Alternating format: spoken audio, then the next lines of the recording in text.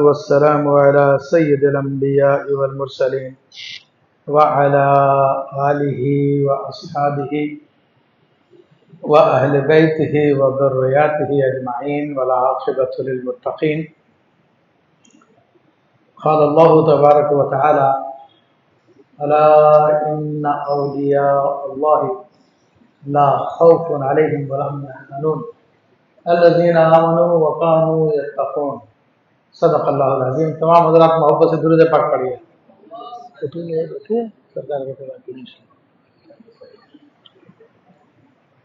معزز حاضرین کرام، 11ویں شریف کا مہینہ ربیع الثانی ہے اور الحمدللہ پوری دنیا میں اولیاء کرام سے محبت کرنے والے حضرت پیران پیر، دستگیر، روشن ضمیر، محبوب سبحانی، خود ربانی، شہباز لامکانی، سیدنا الشیخ عبدالقادر الجیلانی رحمۃ اللہ تعالیٰ علیہ کا تذکرہ کرتے ہیں. تو ابھی 2-3 دن بعد کیرم شریف کا دن آنے والا ہے، جو تقریباً چند دنوں کے بعد آنے والا ہے. تو میں نے سوچا کہ آج آپ کے سامنے کیرم شریف کے حوالے سے سیدنا الشیخ عبدالقادر الجیلانی رحمۃ اللہ علیہ کے حوالے سے گفتگو کروں. تو اس میں دیکھیں، پہلی بات تو یہ ہے کہ یہ جو 11ویں شریف ہم لوگ مہینے کی 11 تاریخ کو مناتے ہیں، تو یہ تو نہ تو حضور غوث پاک رحمۃ اللہ علیہ کی پیدائش کا دن ہے اور نہ ہی آپ کے وصال کا دن ہے. پھر 11 تاریخ کیوں فکس ہے؟ کس لیے 11 تاریخ کو مناتے ہیں؟ کیونکہ آپ کے وصال کے بارے میں ایک روایت ہے 8 ربیع الاول کی. لیکن اس کو اس لیے مناتا ہے کہ حضور سیدنا شیخ عبدالقادر جیلانی رحمۃ اللہ تعالیٰ علیہ ہر 11 تاریخ کو نبی علیہ السلام کا میلاد منایا کرتے تھے. تو آپ نے نبی علیہ السلام کا میلاد منایا تو اس کی فضیلت میں اللہ تعالیٰ نے آپ کے ذکر کو عام کر دیا. الحمدللہ اہل محبت دنیا میں عموماً 11 تاریخ کو آپ کے نام کی محفل کرتے ہیں. تو یہ سرکار دو عالم صلی اللہ علیہ وسلم کی محبت کے نتیجے میں آپ کی 11ویں شریف معروف ہو گئی ہے. اور جہاں تک آپ کی پیدائش کا تعلق ہے تو گیلان کے علاقے میں رمضان شریف، پہلی رمضان شریف کو 570 ہجری میں 470 ہجری میں آپ کی ولادت ہوئی. اور جب آپ کی ولادت ہوئی تو آپ روزے سے تھے. تو مادرزاد ولی ہے. اور لوگوں کو کس طرح پڑا، یہاں تک کہ پورے علاقوں میں مشہور ہوگا کہ سیدوں کے گھروں میں ایک بچہ پیدا ہو جو رمضان کے مہینے میں روزہ رکھتا ہے. اور جب عید کے چاند کا اختلاف ہوا کہ چاند نظر آیا نہیں آیا عید کا، تو لوگوں نے کہا کہ اس بچے کو دیکھ لو، اگر اس نے کھانا پینا چھوڑا ہوا تو اس کا مطلب آج رمضان ہی ہے.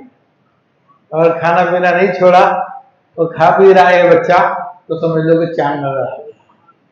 تو اللہ نے وہ آپ کو شان عطا فرمائی. اور پھر آپ سے ایک مرتبہ پوچھا گیا کہ آپ کو آپ کی ولایت کا کب پتہ چلا؟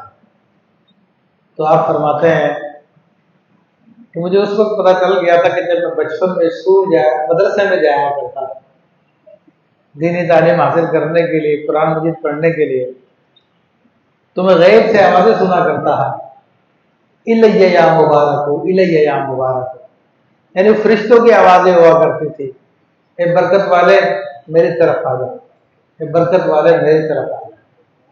تو اس وقت آپ کو پتہ چل گیا تھا جو اگر دور دور بیٹھے ہیں سامنے آ جائیں تاکہ اچھی طریقے سے بیان کو سنیں اور سیکھیں. آج انشاءاللہ تبارک تعالیٰ ہمارا خصوصی پروگرام ہے سیدنا شیخ عبدالقادر جیلانی رحمۃ اللہ تعالیٰ کے حوالے سے. تو آپ کی تعلیمات کو انشاءاللہ ہم ذکر کریں گے، کیونکہ عام طور پر ہوتا یہ ہے کہ آپ کی شان کو بیان کی جاتی ہے اور آپ کی شان میں پتہ نہیں کیسی کیسی ہدایتیں لوگ لے آتے ہیں جو شرعی طور پہ بھی جائز نہیں ہوتی، بعض اوقات ایسی باتیں بیان کر دیتے ہیں. لیکن انشاءاللہ آج میں آپ کا تذکرہ خیر کرنے کے ساتھ ساتھ آپ کی تعلیم کو میں بیان کروں گا کہ آپ کی تعلیم کیا ہے. تو آپ رحمۃ اللہ تعالیٰ علیہ کا بچپن میں یہ معاملہ تھا. پھر 9-10 سال کی عمر پہ ہوئے تو قافلہ جاتے ہوئے دیکھا کہ بغداد جا رہا. آپ کے والد ماجد کا تو انتقال ہو چکا تھا. وہ بھی بڑے بزرگوں میں تھے. والدہ محترمہ بھی بڑی اللہ کی ولیاں تھی. باپ بھی اللہ کے ولی تھے. نانا بھی اللہ کے ولی تھے. یہ سب اولیاء کا خاندان ہے پورا کا پورا. سادات کرام ہے ماشاء اللہ. اور آپ حسنی سید ہیں. سیدنا امام حسن مجتبیٰ رضی اللہ تعالیٰ کی اولاد میں سے. تو پھر آپ نے اپنی والدہ سے اجازت لی کہ امی جان میں علم دین حاصل کرنے کے لیے بغداد جانا چاہتا ہوں. اور بغداد اس زمانے میں بڑے علم و کمال کا مرکز تھا. تو آپ کی والدہ رحمۃ اللہ نے فوری طور پر آپ کو تیار کیا اور فرمایا کہ بیٹا یہ گلڑی ہے, گلڑی میں میں نے دینار جو تمہاری وراثت کے بنتے تھے میں نے اس میں رکھ دی ہیں, لیکن جھوٹ مت بولنا. ایک نصیحت کر دی والدہ نے, اور پھر آپ کو یہ کہہ کے رخصت کر دیا بیٹا اب قیامت کے دن ملاقات ہوگی. اب یہ دیکھیں جب مائیں ایسی اللہ تعالیٰ سے محبت کرنے والی ہوں, اللہ کے رسول صلی اللہ علیہ وسلم سے محبت کرنے والی ہوں کہ اپنی اولاد کو دین کے لیے اپنے سے جدا کر رہی ہیں. اللہ کا دین سیکھنے کے لیے ایک چھوٹا بچہ ابھی 10 سال کا اس کو اپنے سے جدا کر رہی ہیں, تو پھر غوث اعظم میں پیدا ہوتا ہے. سیدنا شیخ عبد القادر جیلانی ہی بنتے ہیں. جبکہ آج کی ماؤں کو کہا جائے تو اپنے بچوں کو وہ کفار کے ملک میں تو بھیجنے کے لیے تیار ہے. وہ لندن میں, امریکہ میں, جرمنی میں اور فرانس میں اور پتہ نہیں کہاں کا بھیجنے کے لیے تیار ہے, لیکن علم دین حاصل کرنے کے لیے کہ محلے کے مدرسے میں کہیں تو اس میں جانے بھیجنے کے لیے تیار نہیں ہے. تو پھر ایسے ہی بچے پیدا ہوں گے جیسے کہ ہو رہے ہیں آج کل. تو یہ بزرگوں کی باتیں بتانے کا مقصد یہ عمل کرنا ہے. تو ان بزرگوں کی یہ شان تھی. تو حضور سیدنا غوث پاک رحمۃ اللہ قافلے میں شامل ہو گئے. قافلہ جنگل سے گزر رہا تھا تو ڈاکوؤں نے حملہ کر دیا اور لوگوں کو لوٹنے لگے, قتل کرنے لگے لوگوں کو. تو آپ رحمۃ اللہ تعالیٰ علیہ لوگ اپنے اپنے مال کو چھپا رہے تھے. تو ایک ڈاکو آپ کے پاس سے گزرا اور کہنے لگا کہ اے لڑکے کچھ ہے تیرے پاس؟ ہم نے کہا ہاں میرے پاس ہے. کیونکہ اماں نے کہا تھا کہ جھوٹ نہیں بولنا. اب والدہ کی نصیحت پہ عمل ہو رہا. ٹھیک ہے نا, آج ہم اپنے بچوں کو جھوٹ گھر میں بلواتے ہیں. کوئی گھر پہ ملنے کے لیے آ جا کہتے بولتے نہیں ہے, اس قسم کے بہانے کرواتے ہیں. ہم جھوٹ سکھاتے ہیں اور وہ مائیں تھی جو جھوٹ چھڑاتی تھی. تو آپ نے کہا ہاں میرے پاس مال ہے. تو اس نے کہا کہاں ہے؟ اس نے کہا گدڑی میں. وہ ہنستا ہوا چلا گیا. تو چھوٹا بچہ مجھ سے مذاق کر رہا. پھر کوئی دوسرا آیا, اس نے بھی اسی قسم کی بات کی. تو آپ نے پھر وہ سچی بات بتا دی. اس نے جا کے اپنے سردار کو بتایا کہ ایک لڑکا ہے تو اتنی عمر کا ہے اور وہ اس سے کہتے ہیں مال ہے. کہتا ہاں ہے. کہا کہاں ہے؟ بولے گدڑی ہے میری. تو سردار آیا آپ کے پاس, اس نے آپ کے پوچھا تو آپ نے کہا ہاں مال ہے میرے پاس. کہاں کا ہے؟ گدڑی میں. گدڑی دیکھی تو واقعی اس کے اندر دینار رکھے ہوئے تھے, پیسے رکھے ہوئے تھے. تو ڈاکو کا سردار بہت حیران ہوا. کہنے لگا یہ لڑکے یہ تو ایسا وقت ہے کہ لوگ جھوٹ بول کر اپنے مال کو بچاتے ہیں ہم سے, چھپاتے ہیں ہم سے, اور تو مسلسل سچ بولے جا رہا. تو نے صاف بتا دیا تیرے پاس اتنے پیسے ہیں, تو یہ سچ کیوں بول رہا؟ کہا میری ماں نے مجھے نصیحت کی تھی کہ سچ بولنا. تو ڈاکو کے جو سردار تھا اس کے اللہ نے اس کے دل کو تبدیل کر دیا. حضور غوث پاک رحمۃ اللہ علیہ کے بچپن کے اس جملے نے تو کہتا کہ افسوس کہ تم نے اپنی ماں سے جو وعدہ کیا اس کو نبھا رہے ہو, اور ہم نے اپنے رب سے جو وعدے کیے ہیں اس کا کلمہ پڑھ کے اس کو نہیں نبھا رہے. تو الحمدللہ آپ کی برکت سے وہ ڈاکو اور ڈاکو کا پوری کی پوری ٹیم جو تائب ہو گئی اور وہ اللہ کے عبادتوں میں لگ گئے تھے. تو یہ سچ بولنے کا فائدہ ہے کہ جو آج جھوٹ کا زمانہ, لوگ جھوٹ کو کامیابی سمجھتے ہیں, کہتے ہیں بڑا ہوشیار ہے, بہت سمجھدار ہے, وہ بڑا طریقے سے کام کر جاتا ہے. جو سچ بولتے ہیں تو ان کو بولتے ہیں بیوقوف ہے, سادہ ہے, بہت زیادہ ہی سادہ ہے. اتنے بھی اس کو سمجھ نہیں ہے کہ اس موقع پہ تو آدمی الٹی سیدھی بات کر کے جان چھڑا لے, اپنا کام کر لے, لیکن اللہ والے ہوتے وہ سچ ہی بولتے ہیں. تو آپ کی ولایت بھی صدق پہ تھی. پھر آپ نے علم دین حاصل کرنے کے لیے بغداد شریف میں ٹائم گزارا اور بڑے سخت ماحول میں آپ نے علم دین حاصل کیا. اور مدرسے کی زندگی آپ کو معلوم ہے جس طرح آج تھی پہلے بھی ویسی تھی، بلکہ اس سے زیادہ سخت تھی پہلے. تو بڑا قحط بھی پڑتے تھے اور بہت معاملات ہوتے ہیں، کھانے کو بھی نہیں ملتا تھا، لیکن پھر بھی جو اللہ کا دین سیکھنے کے لیے آتے تھے وہ اللہ کا دین سیکھ کر ہی جاتے تھے، انہیں کوئی پرواہ نہیں ہوتی تھی. تو حضور غوث پاک رحمۃ اللہ علیہ خود فرماتے ہیں کہ ایک مرتبہ بغداد میں قحط پڑا اور کھانے پینے کی اشیاء ختم ہو گئی. تو میں نے سوچا کہ چلو دریا کے کنارے جاتا ہوں، وہاں پہ کوئی گری پڑی سبزی ہوگی، کیونکہ عام طور پہ دریا کے کنارے کھیت کھلیان ہوتے ہیں. تو کاشتکار جب اپنی سبزیاں لے کے جاتے ہیں یا دھوتے ہیں وہاں پہ لا کے چھوٹی موٹی چیز چھوڑ کے چلے جاتے ہیں، تو ان کے پاس تو بڑی پلانٹی ہوتی ہے، اس کی بہت زیادہ تعداد میں ہوتی ہے وہ سبزیاں وغیرہ. تو آپ نے کہا شاید کوئی پڑی ہوئی چیز ادھر وہاں پہ مل جائے تو کھا کے اپنی زندگی بچا لوں میں. لیکن جب وہاں پہ پہنچے تو آپ نے کہا کہ میں نے دیکھا کہ وہاں پر 70 اولیاء کرام یہی کام کر رہے تھے، وہ بھی وہاں پہ کوئی گری پڑی سبزی تلاش کر رہے تھے. اب دیکھیں اللہ کے ولی کی شان یہ ہوتی ہے کہ وہ اپنی ذات سے، اپنے عمل سے، اپنے فعل سے کسی طریقے سے کسی کو ایذا نہیں دیتا، نہ ایذا کا سبب بنتا. تو آپ فرماتے ہیں میں نے دیکھا کہ یہاں پہ تو پہلے ہی اولیاء کرام لگے ہوئے ہیں، فقراء لگے ہوئے ہیں اس کام میں، تو میرا جانا ان پہ بار نہ بنے. کیونکہ جب وہاں پہ پہلے لوگوں کو نہیں مل رہا اور جب کوئی نیا بندہ آ جائے تو لوگ بولتے لو یار یہ اور آ گیا، ہمیں تو مل نہیں رہا تو اب یہ ایک اور آ گیا.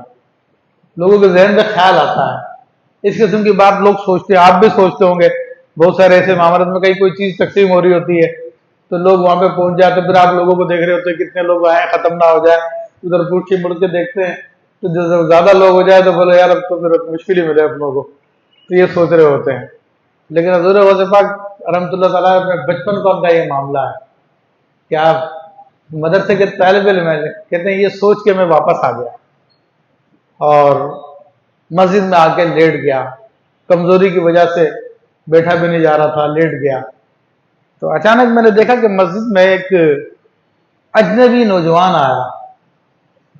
اچھا پہلے شہر چھوٹے ہوا کرتے تھے تو لوگ عموماً ایک دوسرے کو پہچان بھی لیا کرتے تھے کہ یہ شہر کا ہے یا نہیں ہے، یہ کہاں کا ہے، باہر کا ہے. تو آپ نے دیکھا کہ نوجوان ہے کوئی نیا آدمی یہاں کا نہیں لگ رہا. تو آپ نے پوچھا نوجوان تو کون ہے؟ نہیں بلکہ وہ بیٹھا آ کے اور اس نے اپنا رومال کھولا، رومال کھول کے گرم گرم پراٹھے نکالے، حلوہ نکالا اور کھانا شروع کیا اور کہا آؤ آپ بھی کھا لیں. تو آپ نے پہلے منع کیا کہ میرا کھانا اس کے لیے بوجھ بنے گا. اس نے بڑا اصرار کیا، تو بڑے اصرار کرنے کے بعد آپ نے اس کے ساتھ کھایا کھانا.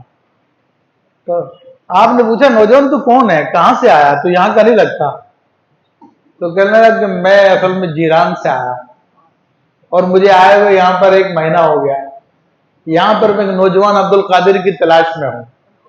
اس کی ماں نے اس کے لیے کچھ پیسے بھیجے تھے اور میرے پیسے ختم ہو گئے، آج میں اسی کے پیسوں سے حلوہ اور یہ پراٹھا خرید کے لے کر آیا ہوں، یہ میں کھانے کے لیے بیٹھا ہوں.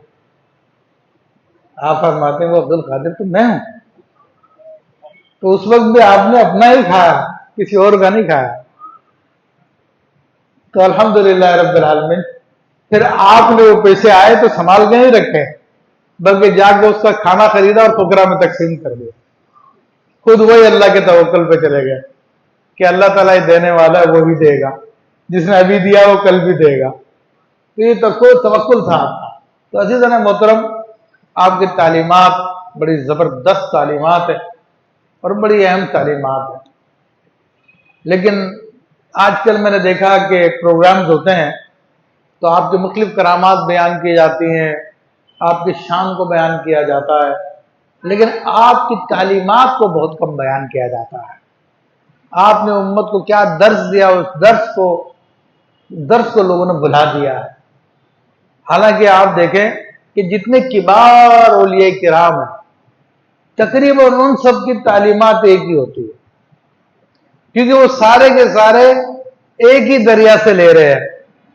وہ نبی علیہ نبوت کا دریا ہے، وہ نبی علیہ الصلوۃ والسلام کا فیض ہے. وہاں سے اس فیض کو لیتے ہیں، قرآن و حدیث کے فیض کو، اور اس کو پھر اپنے الفاظوں میں بیان کرتے ہیں۔ تو یہ سارا کا سارا فیض آپ دیکھیں، جتنے بھی کبار اولیاء کرام ان کی تعلیمات ہی ہے۔ اور حضور سیدنا پیران پیر دستگیر روشن ضمیر محبوب سبحانی قطب ربانی شہباز لامکانی سیدنا شیخ عبد القادر الجیلانی رحمۃ اللہ تعالیٰ علیہ کی تعلیمات، یا حضرت داتا گنج بخش رحمۃ اللہ علیہ کی تعلیمات، یا قطب اقطاب امام شاذلی کی تعلیمات، یا خواجہ خواجگان غریب نواز، یا خواجہ بہاؤالدین نقش بند، یا خواجہ شہاب الدین سہروردی، جتنے امام احمد کبیر رفاعی، سب کی تعلیمات آپ کو مشترک ملیں گی۔ بس ان کے اپنے الفاظ ہوتے ہیں، اپنے انداز ہوتے ہیں، اپنا رنگ ہوتا ہے، اس رنگ میں اس تعلیم کو بیان کر رہے ہوتے ہیں۔ اور وہ تعلیمات ایسی ہے کہ ان تعلیمات کو کوئی سچے دل کے ساتھ سن لے اور توجہ کے ساتھ سن لے تو الحمدللہ دل سے دنیا کی محبت نکل جاتی ہے، اور اللہ کے بیچ میں اور بندے کے بیچ میں جو رکاوٹیں ہوتی ہیں ساری دور ہو جاتی۔ لیکن ہم لوگ وہ تعلیمات نہیں بیان کرتے، اپنے قصے سناتے، کیونکہ اصل میں بات یہ کہ جب مقررین کو بلایا جاتا ہے تو ہر مقرر کی بھی خواہش یہ ہوتی ہے کہ کوئی ایسی بات کہوں کہ جس میں خوب نعرے لگائے جائیں، خوب لوگ خوش ہو جائیں، اور پھر آئندہ بھی آنے جانے کا سلسلہ ہوتا رہے۔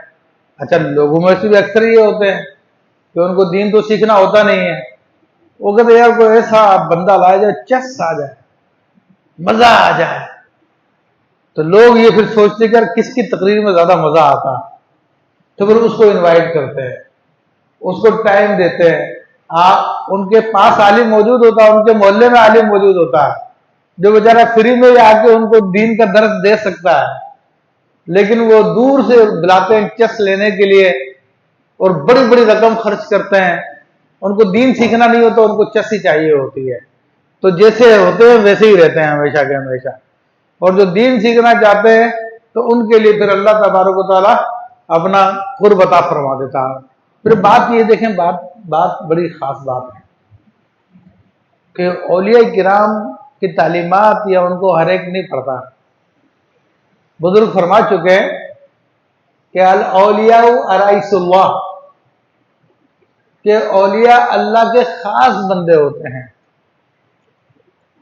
لا یراہم الا المحرمون، ان کو صرف محرم ہی دیکھ سکتے ہیں، جو قریبی لوگ ہوتے ہیں نا۔ اصل میں لفظ ارائس اللہ جس کا اردو میں معنی ہوتا ہے دلہن، لیکن جس طرح سورہ رحمان کے لیے کہا قرآن کی دلہن ہے، تو قرآن میں کوئی شور کون ہے، تو وہ سمجھانے کے لیے ایسے ہی کہا گیا کہ دلہن ہے اللہ تعالیٰ کی، تو اس میں مراد وہ نہیں ہے، مراد خاص بندے ہیں۔ تو اب دلہن سے مثال دی ہے تو آپ کو تو دلہن ہوتی ہے تو اس کو ہر ایک نہیں دیکھتا، جو قریبی لوگ ہوتے ہیں وہی اس دلہن کو دیکھتے ہیں۔ تو ایسے ہی اولیاء اللہ کے خاص بندے، ہر ایک ان کو نہیں دیکھ سکتا۔ اور کچھ بزرگوں نے فرمایا کہ اولیاء اللہ ارائس اللہ لا یراہم المجرمون، کہ وہ اللہ کے خاص بندے ہوتے ہیں، ان کو مجرم لوگ نہیں دیکھ پاتے۔ تو اس لیے اکثر مجرموں کی ہے، تو اس لیے اولیاء اللہ کی جو حقیقی زندگیاں وہ کسی کو بہت کم لوگوں کو پتا ہوتی ہے، ان کی جو تعلیمات ہوتی ہے وہ بہت کم لوگوں کو پتا ہوتی ہے، کیونکہ یا تو غیر محرم ہوتے ہیں یا مجرم ہوتے ہیں۔ ہاں، جو محرم ہوتے ہیں یا نیک لوگ ہوتے ہیں تو ان پر اللہ تعالیٰ نے اولیاء کو ظاہر کر دیتا ہے، وہ پھر ان کی تعلیم کو لے کر خود بھی ولایت میں داخل ہو جاتے ہیں۔ تو میں نے ارادہ کیا کہ آپ کے سامنے کہ سیدنا شیخ عبد القادر جیلانی رحمۃ اللہ علیہ کی کچھ تعلیمات کو میں آپ کو بیان کروں، اور الحمدللہ ہماری محفل میں ایسے ہی لوگ آتے ہیں جو دین سیکھنے والے ہوتے ہیں، عموماً وہ لوگ آتے ہیں۔ یہاں پہ غیر نتو خیرہ تو نہیں آتا، تو اس لیے خاص لوگ ہوتے تو خاص لوگوں کے سامنے اس خاص تعلیمات کو میں آپ کے سامنے بیان کرتا ہوں۔ حضور سیدنا پیران پیر دستگیر روشن ضمیر محبوب سبحانی سیدنا شیخ عبد القادر الجیلانی رحمۃ اللہ تعالی علیہ کی بڑی مشہور کتاب ہے، اس کتاب کا نام ہے فتوح الغیب، یعنی غیب کی فتوحات، اس کتاب کا نام ہے۔ فتوحات یعنی کھل جانا، غیب کی باتوں کا کھلنا، غیب کے خزانوں کا کھلنا۔ تو اس کے اندر آپ کے مختلف مقالہ ہیں، مختلف آپ کے فرامین ہیں۔ تو ایک مقالہ نمبر 42 ہے، اس مقالہ نمبر 42 کو میں آپ کے سامنے بیان کرتا ہوں اور اس کو تھوڑا سا آسان بھی کرتا ہوں، سمجھانے کی کوشش بھی کرتا ہوں. تو آپ یہ تعلیمات کو دیکھیے حضور غوث پاک رحمۃ اللہ علیہ کی کیسی پیاری تعلیمات ہیں. تو انشاءاللہ تبارک و تعالیٰ آپ کو بڑی پسند آئے گی اور بڑا فائدہ بھی ہوگا اس کا انشاءاللہ تبارک و تعالیٰ. تو اس مقالہ نمبر 42 کا عنوان ہے، تو کہتے ہیں کہ نفس کی دو حالتیں ہیں. تو اس سے متعلق آپ نے گفتگو کی ہے. فرماتے کہ النفس لہا حالتان ہے، نفس کی دو حالتیں ہوتی ہیں، لا ثالث لہما، اور ان دونوں کے علاوہ کوئی تیسری حالت نہیں ہوتی. یعنی ہم میں سے ہر ایک نفس رکھتا ہے. اب ہم اپنے بارے میں جان رہے ہیں اس وقت. حضور غوث پاک رحمۃ اللہ علیہ ہم کو ہمارا تعارف کرا رہے ہیں کہ ہمارا کیا معاملہ ہے اور ہمارے ساتھ کیا ہوتا ہے اور ہم کو کیا کرنا چاہیے. تو فرما رہے ہیں کہ نفس کی دو حالتیں، تیسری کوئی حالت نہیں ہے. فرمایا کہ یا تو وہ حالت و عافیت و حالت و بلائن، یا تو وہ عافیت کی حالت میں ہوتا ہے، خیر کے ساتھ ہوتا ہے، آرام میں ہوتا ہے، کوئی پریشانی نہیں ہوتی، یا دوسری بلا کی حالت ہوتی ہے، آزمائش کی حالت ہوتی ہے، تکلیف کی حالت ہوتی ہے. تو فرمایا کہ فَإِذَا كَانَتْ فِي بَلَائِن، اگر نفس بلا میں ہوتا ہے، یعنی ہم میں کوئی تکلیف میں ہوتا، پریشانی میں ہوتا، تو پھر اس سے کیا ظاہر ہوتا ہے، وہ کیا کرتا ہے. فرما رہے ہیں کہ الجزع، شکوہ و سخت اور اعتراض و تہمت للحق جل وعلا، تو وہ روتا دھوتا ہے، شکوے شکایتیں کر رہا ہوتا ہے، غصے کا اظہار کر رہا ہوتا ہے، اعتراض کر رہا ہوتا ہے، حق تعالیٰ پہ تہمت لگا رہا ہوتا ہے. اور ہم سب یہی کر رہے ہوتے میرے بھائی. کوئی تکلیف آ جائے، پریشانی آ جائے، تو کل رات کو بس پیٹ میں اچانک درد ہو گیا، بڑی تکلیف ہوئی، پھر ہاسپٹل میں گیا میں، اور وہاں پر جا کے 2 گھنٹے میں نے گزارے، ڈاکٹروں نے ٹیکے لگائے، اتنا لمبا بل مجھے دے دیا. تو ہم تو یہ کہا ہم روٹین کی تحت بتا رہے ہوتے ہیں، مگر یہ 2-3 جملوں کے اندر آپ دیکھ لیجئے. ایک تو ہم نے اللہ کی شکایت کی، بھائی درد تم کس نے کیا تھا؟ درد پیدا کرنے والا کون ہے بتائیں؟ اللہ ہے نا. ایک تو لوگوں کو ہم نے جا کے بتایا، دوستوں کی محفل میں جا کے، یار رات کو بس پیٹ میں درد ہو گیا تھا، بڑی تکلیف ہوئی، بہت کروٹیں بدلی، یہ گولی کھائے، وہ گولی کھائے، درد صحیح نہیں ہوا. پھر ہاسپٹل جانا پڑ گیا، ٹیکسی کا اتنا کرایہ لگ گیا، ڈاکٹروں نے الگ کھال اتار لی، یہ کر لیا. اب یہ سب کے سب کس کی شکایتیں ہو رہی ہیں؟ یہ سب اللہ کی شکایتیں ہو رہی ہیں، کیونکہ سب تمہیں اس تکلیف میں مبتلا کس نے کیا؟ اللہ نے کیا تمہیں. پھر تم شکوہ کر رہے ہو، تم شکایت کر رہے ہو، اور تمہیں غصہ بھی اس بات پہ اچانک کیوں پیٹ میں درد ہو گیا، تو یہ حق تعالیٰ پہ تہمت بھی لگا رہے ہو. تو یہ ہم میں سے ہر بندے کے ساتھ ہوتا ہے. اور اس بات کو سمجھنے کے لیے اور آسان کرنے کے لیے ایک مثال میں دے دوں کہ رابعہ بصریہ رحمۃ اللہ تعالیٰ علیہ، جو حضور غوث پاک سے بھی پہلے گزری ہے، بہت بڑی اللہ کی ولیہ تھی. ایک نوجوان کو دیکھا کہ اس نے سر پہ پٹی باندھی ہوئی تھی. آپ نے پوچھا جوان تو نے پٹی کیوں باندھی ہوئی؟ تو کہنے لگا میرے سر میں درد ہے. تو آپ نے فرمایا بیٹا تجھے آج سر میں درد ہوا، تو نے اپنے سر پہ درد کی پٹی باندھ دی، اور تو ہمیشہ صحت مند رہتا، تیرے سر میں درد نہیں ہوتا، کیا تو نے کبھی شکر کی پٹی بھی باندھی ہے؟ تو یہ ہماری حالت ہے. ہمیں کوئی چھوٹی سی تکلیف ہو جائے تو 10 آدمیوں کو بتاتے ہیں، اور اللہ کی جو اتنی نعمتیں ہمیں مل رہی ہیں وہ کبھی ذکر نہیں کرتے، وہ کسی کو نہیں بتاتے، اس کو چھپاتے ہیں، کسی کو پتہ نہ چل جائے، کوئی مانگنے نہ آ جائے.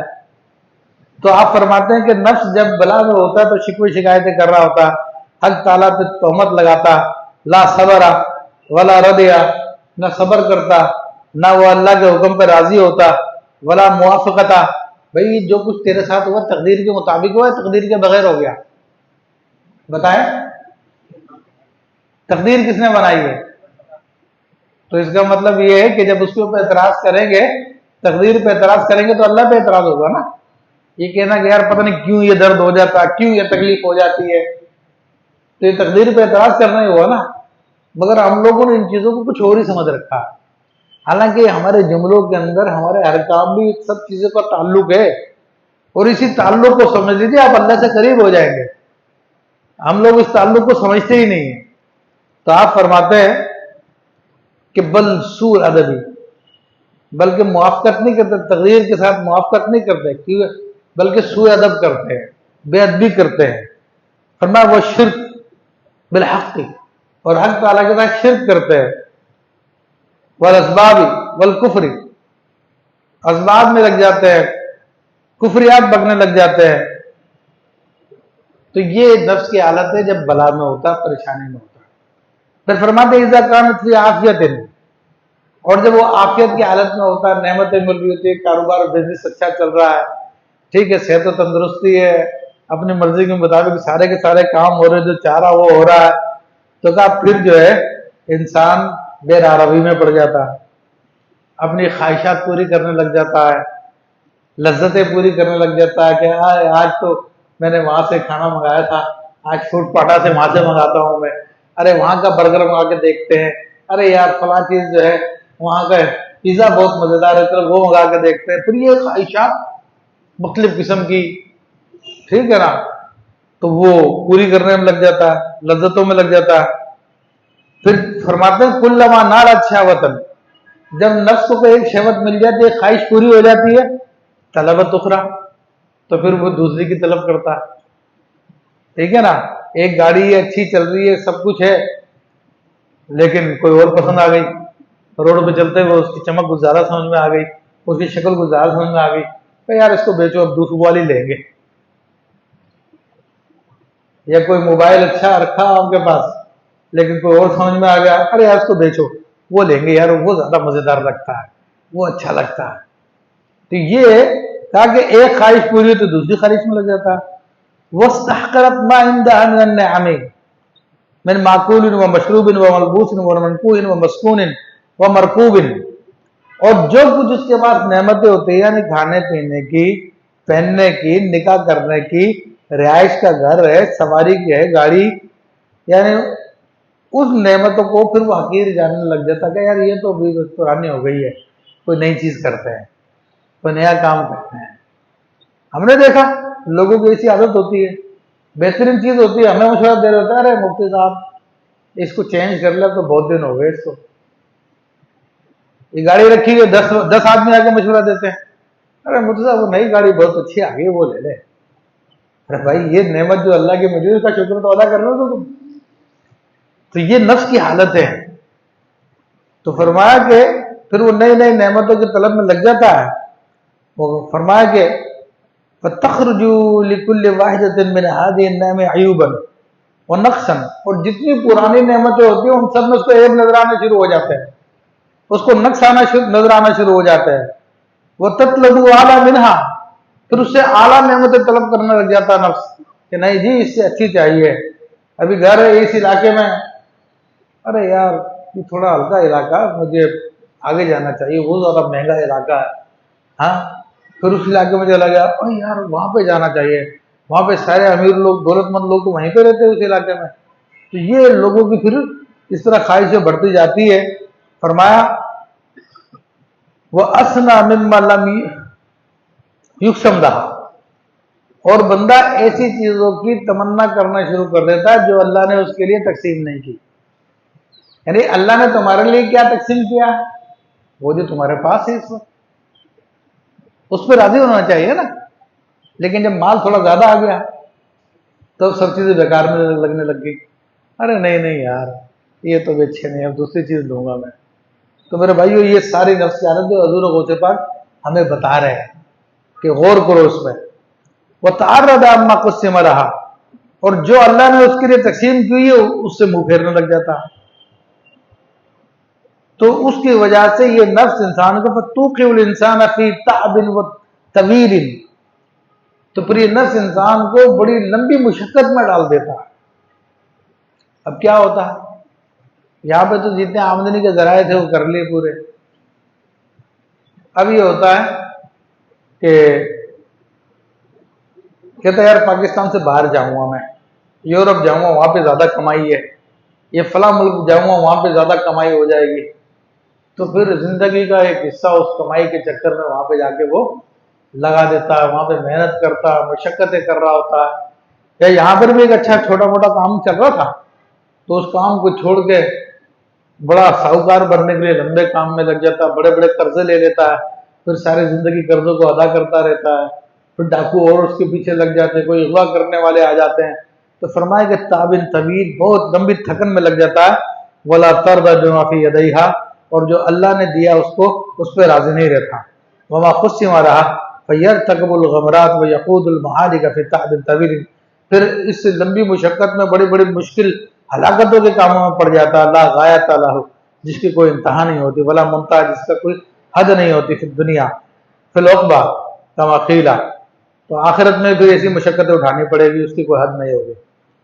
فرمایا کہ ان من اشد العقوبات طلب ما لا یحصى، کہ جو سب سے بڑی سخت سزا جس بندے کو ملتی ہے اس دنیا میں بھی، کہ بندہ ان چیزوں کی طلب میں لگ جاتا جو اللہ نے اس کے لیے تقسیم نہیں کی۔ سمجھ میں آ رہی ہے بات؟ ہمارے لیے جو تقسیم کی ہے وہ ہمارے پاس ہے، اور جو اس نے تقسیم کی وہ بغیر محنت کے بھی آ جائے گی، یہ بھی ذہن میں رکھیں آپ۔ تو سرکار فرما رہے ہیں کہ سب سے زیادہ مشقت کب ہوتی ہے؟ جب ایسی چیزوں کی طلب میں لگ جائے جو تقسیم نہیں کی گئی۔ وَإِذَا كَانَتْ فِي بَلَائٍ لَا تَتَمَنَّى سِوَى انْكِشَافِهَا، اور جب یہ نفس بلا میں ہوتا، اب یہ دونوں حالتیں بتا دی ہے کہ جب دقت میں ہوتا تو کیا کرتا، اور جب آسانی میں ہوتا تو کیا کرتا۔ اب پھر ایک دوسری بات بتا رہے ہیں کہ جب بندہ بلا میں گرفتار ہوتا، پریشانیوں میں ہوتا، بیماری میں ہوتا، تکلیفوں میں ہوتا، تو پھر اس تکلیف کو دور کرنے کے سوا کوئی تمنا نہیں کرتا، کہتا بس یہ دور ہو جائے، بس سکون میں آ جاؤں وہاں۔ بہت سارے لوگ کہتے ہیں حضرت اس کے لیے دعا کرتے ہیں بس یہ مسئلہ ہو جائے میں سکون میں آ جاؤں گا، پھر وہ حال ہوتا تھا، پھر ایک نیا مسئلہ آ جاتا کہ بس یہ ہو جائے، اس طرح زندگی گزر جاتی ہے۔ تو فرمایا کہ جب وہ بلا میں ہوتا ہے تو اس کے دور کرنے کے سوا اور کوئی تمنا نہیں کرتا۔ وَتَنْسَ كُلَّ نَعِيمٍ وَشَهْوَةٍ وَلَذَّةٍ، ہر نعمت کو بھول جاتا ہے، ہر شہوت خواہش کو بھول جاتا ہے، لذت کو بھول جاتا ہے۔ وَلَا تَطْلُبُ شَيْئًا مِنْهَا، پھر کوئی نعمت کوئی لذت اس کو چاہیے نہیں ہوتی، وہ کہتا بس یہ بلا دور ہو جائے، سارا مزہ کرکرا ہو گیا۔ فَإِذَا عُوفِيَتْ مِنْهَا، جب نفس کو اس پریشانی سے عافیت دے دی جاتی ہے، اس کو نکال دیا جاتا ہے، تو کیا ہوتا ہے؟ پھر رجعت الى رعونتها، پھر وہ اپنے جناب کارونی کر لیتا ہے، پھر اپنے اسی تکبر میں آ جاتا ہے، پھر اپنی پرانی روش پہ آ جاتا ہے، وشرحها وبطرها، تو اسی سرکشی میں چلا جاتا ہے، وإعراض عن طاعۃ، پھر اللہ کی فرما برداری سے منہ موڑنے لگ جاتا ہے، ٹھیک ہے، انہماکها فی معاصیہ، پھر اللہ کی نافرمانی میں لگ جاتا ہے، وتنسى ما كانت فيه من الباء البلاء والضر، اور جو کچھ بلائیں تھی تکلیفیں تھی ان سب کو بھول جاتا ہے، وما حل بها من الویل فترد الى اشد ما كانت علیہ، تو جب اس کیفیت میں آتا تو اللہ اس کو زیادہ سخت مشکل میں پھر مبتلا کر دیتا، ٹھیک ہے، سخت مشکل میں بلا مطلب کر دیتا، لما اشتراحت ورکبت من العزائم فطالما وکفى عن المعاصی فی المستقبل، تو اللہ تعالیٰ اس کی اس حرکتوں کی وجہ سے، اس کے برے ارادے کی وجہ سے اس کو اور زیادہ مصیبتوں میں ڈال دیتا ہے، جس کی وجہ سے پھر مستقبل میں وہ گناہ کرنے سے رک جاتا ہے۔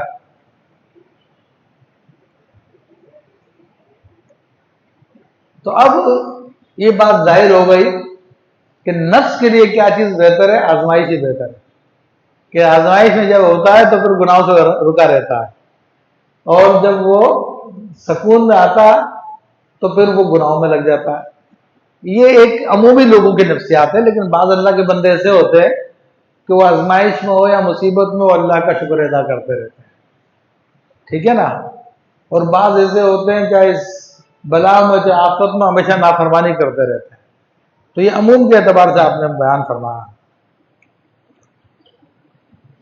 بہرحال حضور فرماتے ہیں کہ اگر ایسے موقع پہ جب اللہ تمہاری بلاؤں کو دور کر دے، اس موقع پر اگر تم ادب سے کام لیتے تو تمہارے لیے بہتر ہے۔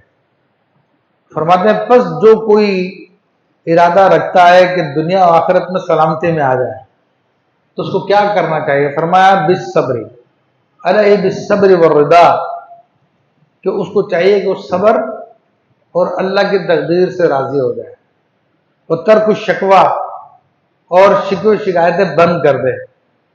ٹھیک ہے، مخلوق کے پاس جا کے کہتے ہیں نا، یعنی یہ نہیں کہ اللہ تو نے یہ کر دیا وہ کر دیا، لوگوں کو بتانا بھی شکوہ ہے. کہا کہ شکوے شکایتیں بند کر دیں، اور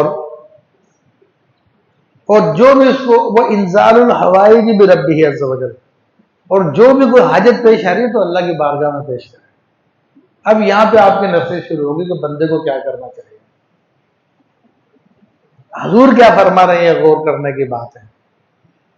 ہم کیا تعلیم دیتے ہیں، ہمارے لوگ کیا تعلیم دیتے ہیں. جو حضور غوث پاک نے تعلیم دی وہ تعلیم تو ہم لوگ دیتے ہی نہیں. ہم تو کہتے ہیں وہ 11ویں کی محفل کر لیں مشکل حل ہو جائے گی، اور یا شیخ عبد القادر جیلانی پکار تیری مشکل حل ہو جائے گی. اس قسم کے ہم مشورے دیتے ہیں. لیکن حضور غوث پاک کیا فرما رہے ہیں، انزال حوائجہ بربہ، اب اپنی حاجتوں کو اپنے رب کی بارگاہ میں پیش کر دے. وَلَزُومُ طَاعَتِهِ، اس کی طاعت کو لازم کر لے. وَانتظار الفرج منہ، اور تو صبر کر، انتظار کر، اللہ تعالی لیے تیرے لیے کشادگی کر دے. اس کے لیے انتظار کرنا پڑے گا تجھے، بے صبری نہیں کرنے مت کر تو. وَالْإِنْقِطَاعُ إِلَيْهِ عَزَّ وَجَلَّ، سب سے امیدیں کاٹ دے اور اپنے رب سے امیدیں لگا لے. اِذْ هُوَ خَيْرٌ مِّنْ غَيْرِهِ، کیونکہ وہ کسی غیر سے، رب کے غیر سے وہ بہتر ہے. یعنی انسانوں سے، اپنے جیسے لوگوں سے امیدیں رکھنے کے بجائے رب تعالیٰ سے امید رکھے، رب تعالیٰ کی طرف متوجہ رہے. تو رب تعالیٰ کی طرف متوجہ رہے گا تو پھر یہ بہتر ہے اس کے حق میں غیر کی طرف توجہ کرنے سے. ہمارے یہاں پہ تو یہ ہوتا ہے کہ فلاں آدمی کے پاس پیسے ہیں، چلو اس سے کوئی امید باندھ لیتے ہیں ہم لوگ، پھر اسی کی طرف توجہ رکھ رہے ہوتے ہیں، اسی کو راضی کرنے کی کوشش کر رہے ہوتے ہیں. یا کسی آفیسر کے پاس کام پھنس جائے تو پھر اس کو راضی کرنے کی کوشش کر رہے ہوتے ہیں. حضور فرما رہے ہیں تو اپنے رب کی طرف توجہ کر، اس کی طرف منقطع ہو جا. وَمِن جَمِيعِ خَلْقِهِ، اور تمام مخلوق کے بجائے تو اللہ کی طرف توجہ کر. وَحُرْمَانُ وَعَطَاء، کیونکہ اللہ کا محروم کرنا بھی عطا ہے. اگر آپ کو آپ کی کسی چیز کی خواہش ہے اور آپ کو نہیں مل رہی تو یہ اللہ نے آپ کو محروم نہیں کیا، بلکہ اس میں بھی آپ کے لیے عطا ہے. کیا عطا ہے؟ ایک سمجھانے کے لیے اس کی ایک صورت مثال یہ لے لیجئے کہ ایک بندہ ہے جس کے پاس ابھی مال نہیں ہے،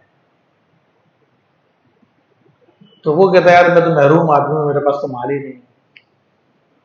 اور اللہ تعالیٰ جانتا ہے کہ اس بندے کو اگر مال مل جائے گا تو پھر یہ سرکش ہو جائے گا اور اپنے لیے جہنم کا ایندھن خرید لے گا.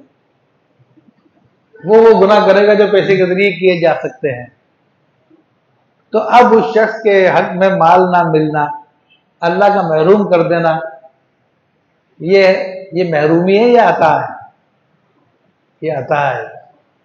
تو اس لیے فرمایا کہ اور ہر شخص کو اپنے بارے میں یہی اللہ سے حسن ظن رکھنا چاہیے کہ اگر وہ مجھ کو وہ کوئی چیز نہیں دے رہا تو یقیناً کوئی حکمت ہوگی. تو فرمایا اس کا محروم کرنا عطا ہے. وَعُقُوبَتُهُ نعما، اور اگر وہ کسی بات پہ سزا دے رہا ہے، کوئی تمہیں تکلیف آ گئی ہے تو سمجھ لو کہ وہ بھی اس کی طرف سے نعمت ہے. وَبَلَاؤُهُ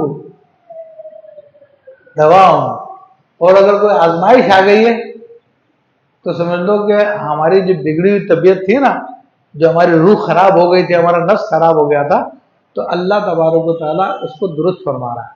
اس لیے صوفیہ کرام فرماتے ہیں کہ جو بلائیں آتی ہیں، آزمائشیں آتی ہیں، یہ اللہ کا کوڑا ہے جو لوگوں کو اللہ تعالیٰ لگاتا تاکہ لوگ سیدھے راستے پہ رہے. تو حضور غوث پاک یہی بیان فرما رہے ہیں کہ اللہ کی جو بلا ہے، آزمائش ہے، وہ ایک دوا ہے. وَعَدْمُهُ نَقْدٌ، اور اس کا جو عدم ہے وہ نقد ہوتا ہے. یعنی اللہ تعالیٰ کا کوئی ادھار نہیں ہوتا. اگر اللہ نے تمہیں کچھ نہیں بھی دیا تو سمجھ لو کہ ابھی نقد ہوتا ہی ہے، اور جو دے دے وہ تو ہے ہی نقد. یعنی ہر حال میں آپ کو اپنے رب سے حسن ظن رکھنے ہیں، یہ ساری امیدیں اسی سے لگا کے رکھنی ہیں. قولہ فعل، تو اللہ تعالیٰ کا جو قول ہے وہ بھی فعلی ہے، وہ مشیتہ حالت، اور اس کا کوئی ارادہ کرنا وہ ایک حالت ہوتی ہے۔ پھر آپ دلیل دے رہے قرآن سے، فرمائے کہ دیکھتا نہیں انما قولہ وامرہ اذا اراد شیئا ان یقول لہ کن فیکون، کہ دیکھو اللہ کا حکم تو یہ ہوتا ہے، معاملہ یہ ہوتا ہے، جب کسی چیز کا ارادہ کرتا تو کہتا ہو جا، تو وہ ہو جاتی ہے۔ تو اللہ کا کہنا بھی ایک فعل ہے، آپ یہی اشارہ فرما رہے ہیں، اور جو کچھ ہو رہا ہے وہ اللہ کے حکم سے ہو رہا ہے، یہ پتا آپ کو، یہ کسی اور کے حکم سے ہو رہا ہے۔ اس بات کو آپ اپنے ذہن میں بٹھا لیں میرے بھائیو، سمجھ لو کہ آپ پورا تصوف حاصل کر لیں۔ صرف اس بات کو آپ سمجھ لیں کہ جو کچھ اس کائنات میں ہو رہا ہے وہ وہی کر رہا ہے، ہمارے ساتھ جو کچھ ہو رہا ہے وہ وہی کر رہا ہے، کوئی اور اس کی بادشاہت میں کسی اور کی نہیں چلتی، صرف اسی کی چلتی ہے۔ تو آگے چلتے ہیں، فرمائے کلو افعالہ حسنۃ، اس کا ہر فعل اچھا ہے، وحکمۃ ومصلحۃ، حکمت ہے، مصلحت ہے، ٹھیک ہے نا۔ اگر بالفرض خدا نہ خواستہ کی مثال دے رہا ہوں، باہر اگر کوئی بم بھی پھٹ جاتا ہے نا تو ہمارے اعتبار سے تو برا ہو سکتا ہے، مگر اللہ کا فعل ہے، وہ بھی حکمت ہے، مصلحت ہے، جو کچھ بھی ہے ہم پر ظاہر نہیں ہے مگر وہ جانتا ہے۔ بات سمجھ میں آ رہی ہے؟ وہ جانتا ہے، اللہ سے اس نے ظن رکھیں گے۔ غیر انہ اتوا علم المصالح من عبادہ، وہ ہر کام میں مصلحت ہے مگر اس نے بندوں سے چھپا کے رکھا ہوا کہ اس میں کیا مصلحت ہے، بندوں کو پتہ نہیں چل پاتا ہر بات کی مصلحت۔ وہ تفرد بھی، وہی جانتا ہے کہ اس کام میں کیا مصلحت تھی جو اللہ نے کروایا۔ فلولا واللائق بحالہ الرضا والتسلیم واشتغال له بالعبودیۃ، تو بندے کے لیے کیا ہے، نفس کو کیا کرنا چاہیے، کیا اس کے لیے بہتر یہی ہے کہ راضی رہے اللہ سے، تسلیم کرے اللہ کے ہر فعل کو، اور اللہ کی بندگی میں لگا رہے، اپنے اللہ کے احکام کو ادا کرنے میں لگا رہے، اللہ نے جن کاموں سے منع کیا ان سے بچنے میں لگا رہے، والتسلیم فی القدر، اور تقدیر میں جو کچھ اللہ نے لکھا ہوا ہے جو آپ کے ساتھ پیش آ رہا ہے اس کو تسلیم کر لے، وترک الاشتغال فی الربوبیۃ التی ہی علت الاقدار، تو یہ مت سوچے کہ یہ کام کیوں ہو گیا، یہ کام کیوں ہو گیا، یہ تو ایسے ہونا چاہیے تھا، یہ تو ویسا ہونا چاہیے تھا۔ فرما رہے ہیں کہ یہ تو اللہ کے کام ہے بھائی، یہ رب کے کام ہے، یہ کیوں ہونا چاہیے تھا، کیوں نہیں ہونا چاہیے تھا، تجھے اس کی فکر کرنے کی ضرورت نہیں ہے۔ تیرا کام یہ ہے کہ جو تقدیر سے تو راضی ہو، اگر سمجھ میں نہیں آ رہا تو صبر کر، تیرا کام یہ نہیں کہ یہ کیوں ہو گیا۔ ہم فوری طور پہ اللہ کو مشورہ دینا شروع کر دیتے ہیں، اگر بارش ہو جائے سردیوں میں، اوہ گرمیوں میں نہیں چاہیے تھی، گرمیوں میں ضرورت ہوتی ہے، جون جولائی کے مہینے میں بارش ہو نا بہت اچھا ہے، سردیوں میں تو کوئی فائدہ نہیں ہے۔ تینے اللہ کو مشورہ دینا شروع کر دیا، کہہ نہیں رہے کہ ہم اللہ کو مشورہ دے رہے ہیں، مگر میرے بھائی دیکھو وہ بارش برسا کون رہا ہے، آپ کس پہ اعتراض کر رہے ہو؟ ہم تو اپنے دوست سے یہ بات کر رہے ہیں نا کہ یار اگر بارش جو ہے نا کل ہوتی نا تو بہت اچھا لگتا ہے، تو اس کا مطلب کیا ہے، کہ تو آپ اپنے دوست سے کہہ رہے ہو، اپنے بھائی سے کہہ رہے ہو، مگر دوسرے لفظوں میں اللہ کو مشورہ دے رہے ہو کہ تو نے صحیح نہیں کیا، صحیح تو تب ہوتا جب تو کل کرتا۔ ان باتوں کو سمجھیں، آپ ان کو سمجھ لیں، پورا تصور سمجھ میں آ جائے گا۔ تو بس یہ آخری باتیں ہیں، اس کے بعد انشاءاللہ پھر آپ فرماتے ہیں کہ تو ان چیزوں کو فکر کرنا چھوڑ دے، یہ ربوبیت کے کام ہے کہ یہ تقدیر کیوں ہوئی، کس لیے ہوئی، نہ اس سے بھاگ، خاموش پھر مت سوچ کیوں، کس لیے، کب، حق تعالیٰ پہ کوئی تہمت نہ لگا اپنی تمام اس کے حرکات میں، تمام سکنات میں۔ فرماتے ہیں کہ اس کی دلیل کیا ہے، اب حدیث شریف آپ بیان کرتے ہیں کہ الى حدیث ابن عباس رضی اللہ عنہما وما روی عن عطا عن ابن عباس رضی اللہ عنہما، کہ حضرت ابن عباس رضی اللہ تعالیٰ کی حدیث ہے جو کہ عطا کے حوالے سے ابن عباس سے روایت کی گئی ہے۔ وہ حضرت ابن عباس کہتے ہیں قال بینما انا ردیف رسول اللہ صلی اللہ علیہ وسلم، کہ جس وقت میں رسول اللہ صلی اللہ علیہ وسلم کے پیچھے گھوڑے پہ بیٹھا ہوا تھا، اس قال علی، اس وقت نبی علیہ السلام نے مجھ سے فرمایا، یا غلام، اے بچے، اے بیٹے، احفظ اللہ، یحفظ کا، کیا تو اللہ کو یاد رکھ، اللہ تجھ کو یاد رکھے گا. کیا؟ تو اللہ کو یاد رکھ، اللہ تجھ کو یاد رکھے گا. اور ہمارا یہ حال ہے کہ 5 وقت بھی یاد کرنے کے لیے تیار نہیں اللہ کو. ویسے تو نماز تو دائمی ہوتی ہے، دائمی اللہ کا ذکر ہوتا ہے، اللہ کی یاد ہوتی ہے، ہم 5 وقت کے لیے بھی تیار نہیں ہیں. فرما رہے ہیں حافظ اللہ تجدہ امامک، تو اللہ کو یاد رکھ، تو اللہ کو اپنے سامنے پائے گا. سمجھ رہے؟ یعنی دل میں اس کو یاد رکھ، تو تیرے ساتھ جو معاملات ہوں گے ایسے ہی ہوگا گویا کہ اللہ تیرے سامنے ہی ہے. پھر فرمایا فَإِذَا سَأَلْتَ فَاسْأَلِ اللَّهَ، اگر تجھے کوئی سوال کرنا ہے تو اللہ سے سوال کر. وَإِذَا اسْتَعَنْتَ فَاسْتَعِنْ بِاللَّهِ، اگر تجھے کوئی مدد طلب کرنی ہے تو اللہ سے مدد طلب کر. یہ حضور غوث پاک رحمۃ اللہ علیہ کی تعلیمات ہیں، جو آپ اپنی طرف سے نہیں دے رہے بلکہ اللہ کے حبیب صلی اللہ علیہ وسلم کی حدیث شریف بیان کر رہے ہیں. ہمارے یہاں پہ کچھ اور چیز رائج کر دی گئی ہے.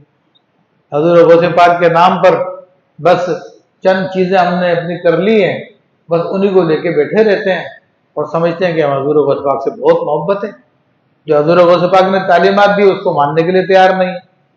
حضور غوث پاک تو فرما رہے ہیں کہ تجھے سوال کرنا اللہ سے سوال کر، تجھے مدد طلب کرنی ہے تو اللہ سے مدد طلب کر. کہ حضور غوث پاک نے اپنی طرف سے نہیں کہا بلکہ رسول اللہ صلی اللہ علیہ وسلم نے تعلیم دی ہے. اور ہم کہتے تو بول یا شیخ عبد القادر جیلانی شیخ اللہ، تیری ساری مشکل حل ہو جائے گی. ہم اس کو جائز جانتے ہیں کیونکہ وہ وسیلے کی ایک صورت ہے، لیکن جو خاص تعلیمات ہے ان تعلیمات کو کچھ چھوڑ کے بیٹھ گئے ہو. ان تعلیمات کی طرف تو جو کیوں نہیں کرتے ہو؟ لوگوں نے یہ سمجھ رکھا کہ جناب یہ باتیں کریں گے تو ہم تصوف میں بڑا مقام حاصل کر لیں گے. وہ تمہارا اپنا نفس کا تصوف ہے. تصوف حضور غوث پاک کا یہ ہے کہ سوال کرنا اللہ سے سوال کر. اسی لیے امام شاذلی رضی اللہ عنہ فرماتے ہیں کہ اے میرے بیٹے، اگر تجھے مدد طلب کرنی ہو تو اس سے طلب کر جو تیرے سب سے زیادہ قریب ہے.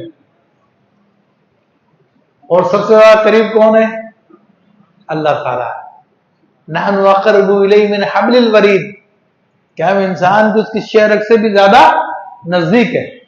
تو حضور غوث پاک کی یہ تعلیم تو کوئی بتا ہی نہیں رہا، اپنی طرف سے لوگوں نے تعلیمات بنائی ہے، تو اسی کو بتائے جا رہے ہیں، اسی پہ لوگوں کو عام کیے جا رہے ہیں. یہ تعلیمات عام کریں.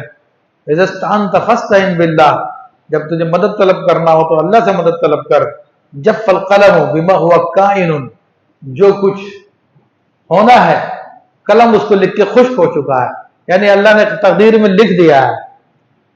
فلو جہد العباد ان ينفعوک، آپ فرما رہے ہیں حدیث شریف کے الفاظ ہے، اگر تمام کی تمام مخلوق اس کوشش میں لگ جائے کہ تجھ کو کوئی فائدہ پہنچا دے، ٹھیک ہے، لم یقدہ اللہ، ایسا فائدہ جس کا اللہ نے ابھی ارادہ نہیں کیا، اللہ نے فیصلہ نہیں کیا اس کے لیے تیرے لیے، لم یقدر الیہ، تو ہرگز بھی تجھ کو وہ فائدہ نہیں پہنچا سکتے. ولو جہد العباد ان یضرک بشیء لم یقدہ اللہ، اور سارے کے سارے انسانیت جمع ہو جائے اور تجھے کوئی نقصان پہنچانے کا ارادہ کریں جو اللہ نے تیری تقدیر میں نہیں لکھا، تو تجھے کوئی نقصان نہیں پہنچا سکتے. تو معاملہ سارا کہاں پہ چلا گیا؟ اللہ کی طرف چلا گیا، تقدیر کی طرف چلا گیا. تقدیر میں ہوگا تو نقصان ہوگا، اور اگر کوئی فائدہ ہوگا تو ہوگا. نہ لوگ نقصان دے سکتے ہیں نہ لوگ نفع دے سکتے، سارا اللہ کے ہاتھ میں رہا معاملہ. تو فرمایا فَإِذَا اسْتَطَعْتَ أَن تَعَامَلَ اللَّهَ بِالصِّدْقِ وَالْيَقِينِ فَاعْمَلْ، اگر تو اللہ کے ساتھ سچائی کا معاملہ کر سکتا ہے، یقین کا معاملہ کر سکتا ہے تو کر لے. یعنی اللہ پہ یقین پکا کر لیتے. فَإِن لَمْ تَسْتَطِعْ فَإِنَّ فِي الصَّبْرِ عَلَى مَا تَكْرَهُ خَيْرًا كَثِيرًا، تو اگر تو یہ کام نہیں کر سکتا تو صبر کر لے، پھر تو اس میں تیرے لیے بہت بھلائی ہے.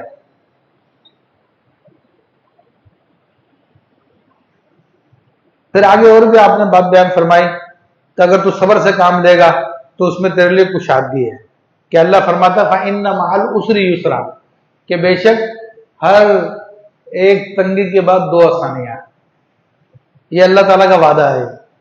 فرمان فَيَنْبَغِي لِكُلِّ مُؤْمِنٍ أَن يَجْعَلَ هَذَا الْحَدِيث، اب یہ حدیث شریف میں نے بیان کر دیا، آپ سب نے سن لی، اب حضور غوث پاک کیا مشورہ دے رہے ہیں کہ چاہیے آپ میں سے ہر ایک بندے کو کہ اس حدیث شریف کو میرا قلبی اپنے دل کا آئینہ بنا دے، اس حدیث شریف کو اپنے دل کا آئینہ بنا دے۔ پھر فرمایا وہ شعار، اور اس کو اپنا جھنڈا بنا دے کہ بھئی ہمارا یہ عقیدہ ہے، ہمارا یہ یقین ہے، ٹھیک ہے۔ وہ حدیث کیا ہے؟ سوال کرنا اللہ سے سوال کر۔ وہ حدیث کیا ہے؟ تجھے مدد طلب کرنی اور اللہ سے مدد طلب کر۔ وہ حدیث شریف کا حصہ کیا ہے کہ اگر ساری مخلوق جمع ہو جائے تجھ کو فائدہ پہنچانے کے لیے، لیکن اللہ نے اگر فائدہ نہیں لکھا تو تجھے فائدہ نہیں پہنچا سکتے۔ ساری مخلوق تجھے نقصان پہنچانے پہ جمع ہو جائے، لیکن اللہ نے اگر نقصان نہیں لکھا تو وہ نقصان نہیں پہنچا سکتے۔ تو اس حدیث کو تو اپنے دل کا آئینہ بنا لے، اس حدیث کو تو اپنا جھنڈا بنا لے، وَدِسَارَهُ، اور اس حدیث کو تو اپنی چادر بنا لے، اوڑھ لے اس چادر کو، ٹھیک ہے۔ وَحَدِيثُ فَيَعْمَلْ بِهِ فِي جَمِيعِ حرکاتی و سکناتی، اور اپنی تمام حرکت و سکنات میں ہر حالت میں اس حدیث پہ تو عمل کر، حتی یسلم فی الدنیا والآخرۃ، یہاں تک کہ دنیا آخرت میں محفوظ کر لیا جائے گا۔